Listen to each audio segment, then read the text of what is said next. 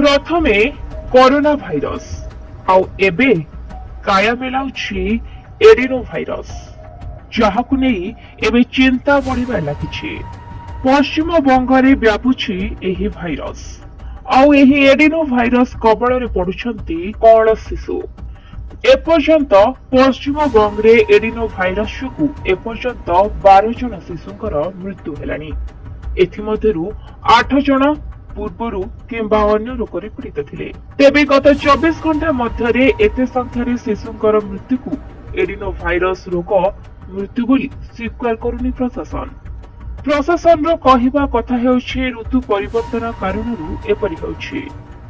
एहारि भितरे मुख्यमंत्री ममता बानर्जी मध्य एक जरूरीकालीन बैठक डाकिथिले। सरकार पक्षरु जरूरीकालीन हेल्पलाइन नंबर जारी मध्य होइछि। एडेनो भाइरस द्वारा सृष्टि होइथिबा एक रोग एहा सीधासळख श्वासक्रिया उपरे आक्रमण करिथाय।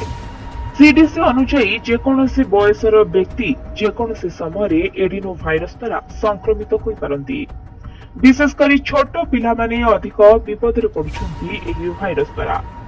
जेतेबेले यह संक्रमित हुए साधारण थंडा किंबा फूल भली लक्षण देखा जाए।